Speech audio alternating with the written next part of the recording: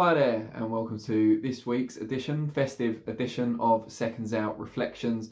This will be the last one for a week or so as we all celebrate over the festive period.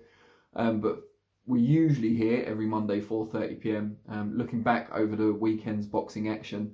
And there were two big shows in the UK over Christmas, not to mention Jamel Charlo, getting a measure of revenge over Tony Harrison at Super Welterweight in the US.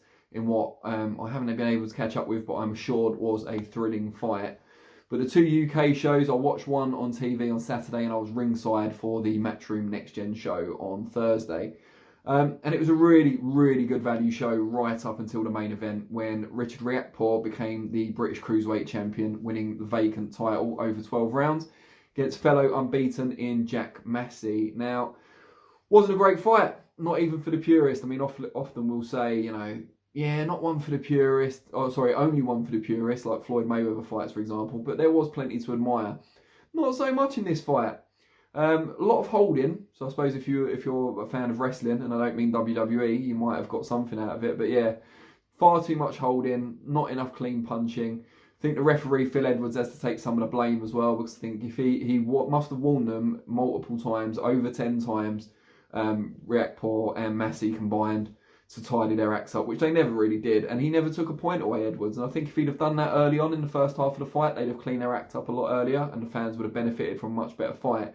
And also a fight that would have been a bit easier to score, because as it turned out, although Riakporhe won unanimously, there were two relatively close scores and a massive 117-111, I think it was, or around that, which a lot of people were unhappy with.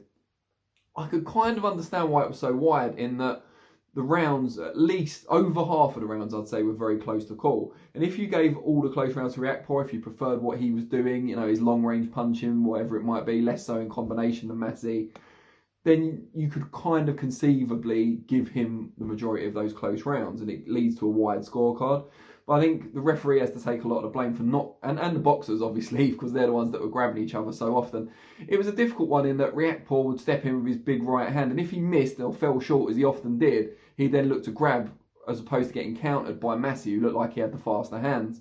For Massey's part, once Riakporhe was right on top of him and there was nowhere really for him to go, it made it difficult for him to work, then he held on. And although Edwards kept encouraging him to work in the clinch, they very rarely did. And he really, really should have made some point deductions early to put his foot down and to convince them to start, boxing rather than hugging, as you would say. And it annoys me because Riakporhe's a great talent and so is Massey, and they could have done better. And Riakporhe doesn't like being compared to Lawrence Okolie because they're both tall, lean, big punchers at cruiserweight, and I understand that. But fighting in that sort of style, when he's criticised, not so much criticised, but pointed out that Okolie fights in a style that isn't pleasing to the consumer, him doing that doesn't really give him the moral high ground, or at least he ceded it going forward. But let's not judge him on this one fight, as the oldest cliche in the book, styles make fights. Maybe going forward, if we see them against different opponents, please no rematch, as close as the fight was.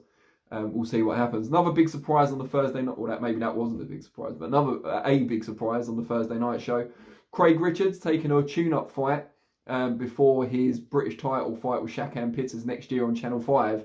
Decided to fight someone in Chad Sugden, who had only been beaten once, came with lots of ambition, obviously short notice, but just always seemed, and I did say this before the event, just in case people think I'm being an after-timer, it just seemed a risky fight to take with a guaranteed British title shot in the bag. I guess everyone wants to get out before Christmas, and I hate to advocate taking a soft touch, but surely they could have found an easier to beat opponent for Richards. As it turned out, Sugden fought really well. His nose bled, I think, from the second round. He was under the cosh, but he came back really well, moved around the target well. His movement was good, fast hands.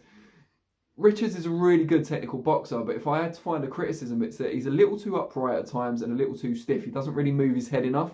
And he got clocked with a fair amount of clean shots. He was the bigger puncher in there, so that's why Sugden's face was marked up at the end and his nose was bleeding and so on. But Richards still took a fair amount, even if he looked less marked. And I think a draw, which is what it turned out, was a fair result. Obviously, it's a bit of a knock on Richards, but he didn't lose, so he should still get that vacant British title fight against Shakan Pitters, and he'll need an improved performance if he's going to come out on top. Saturday night, I watched this one on BT Sport. Frank Warren's Christmas show, The Fight Before Christmas. I love the name, as regular viewers will know. Daniel Dubois continued his path of destruction. getting rid of Kayotaro Fujimoto in the second round, as I predicted on our sister channel, Sportsbet TV, winning the first 2 rounds, and he didn't disappoint. We really need to see him tested more now, and I've got an article on our website at the moment on SecondsOut.com talking about some opponents that might be suitable for Dubois in terms of not beating him, because we don't want to see him beat him, but getting him the rounds that he needs and educating him a little before he steps up to genuine world level. Because the likes of Fujimoto and Ebenezer Tete, guys like that, they're not going to do it. More interesting though, Sonny Edwards got up from a knockdown and a bad cut to outpoint Marcel Braithwaite for the vacant British super flyweight title. Showed real courage under adversity in being able to do that. So that was good to watch. What else was on there?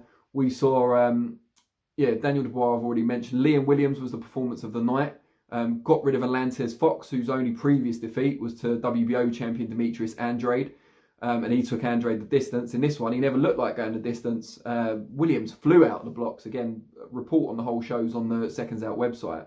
Williams flew out the blocks, hurt Fox almost every time he caught him. Right hand, left hook combinations were particularly effective. And I think it was the 5th round he stopped him in, but don't quote me on that. And that was definitely, without doubt, the performance of the night.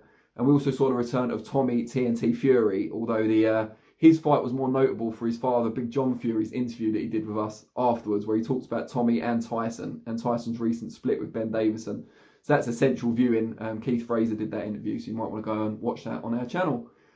I'm rounding off now for Christmas. We'll be back in a couple of weeks, but I really appreciate your time as always. And let me know your comments below what you thought of the 2 shows, Thursday and Saturday night, and whose performances stood out for you, and what scores you had for Riakporhe, Massey and the Craig Richards fight. That'd be great. Always a pleasure, and I'll see you again soon.